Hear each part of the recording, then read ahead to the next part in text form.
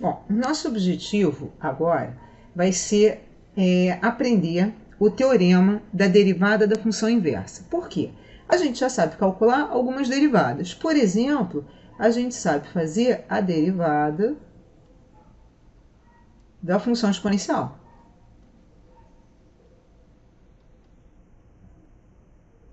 Se eu tenho uma função exponencial genérica de base A, a gente tem que a derivada da função exponencial a elevado a x vai ser o próprio a elevado a x vezes logaritmo neperiano da base.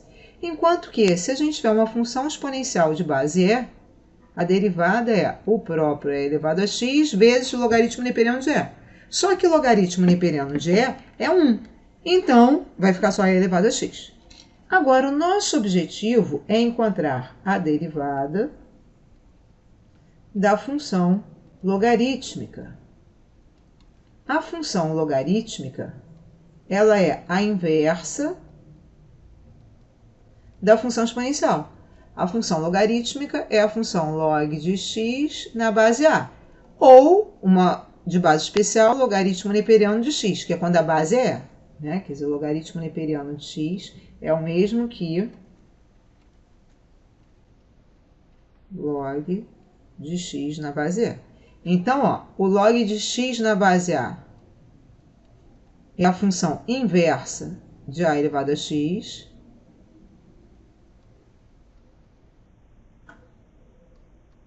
E aí, para quem não lembra de função inversa, eu compartilhei lá no roteiro da aula alguns vídeos da Khan Academy para você assistir, né, caso você não lembre, isso aqui foi matéria do colégio. E a inversa de e elevado a x é o logaritmo neperiano de x. Uma inversa da outra. Bom, para a gente poder, então, descobrir a derivada da função logarítmica, a gente vai ter que primeiro ver o teorema da derivada da função inversa. Então, vamos a ele.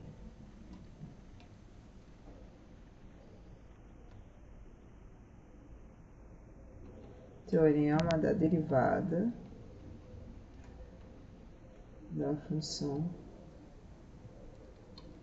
inversa. Bom, o que acontece? A gente sabe, ou melhor, você deve ter visto lá nos vídeos, caso você tenha esquecido, que qualquer função f composta com a sua função inversa, deixa eu colocar isso aqui colorido,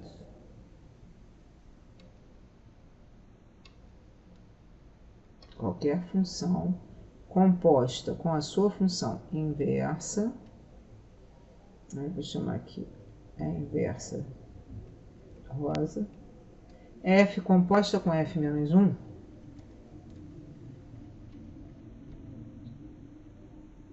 é o mesmo que f menos 1 composta com f,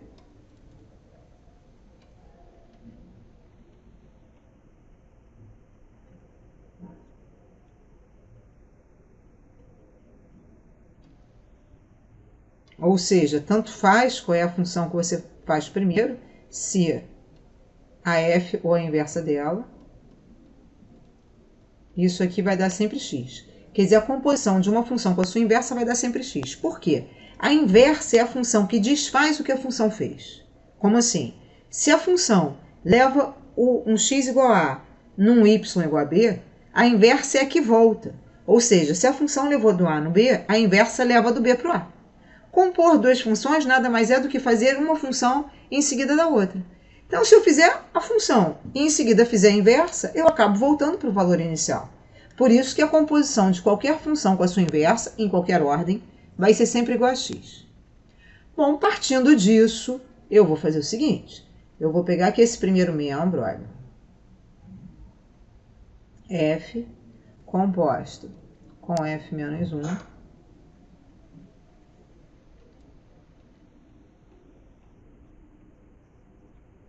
De x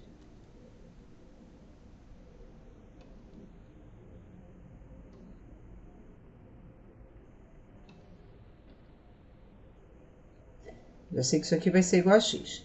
Aí eu vou derivar os dois membros dessa igualdade. Vou derivar os dois membros. Então vai ficar assim, ó, vou fazer a derivada disso e a derivada do x. Aí vai ficar. Para eu derivar o primeiro membro, eu tenho que fazer regra da cadeia.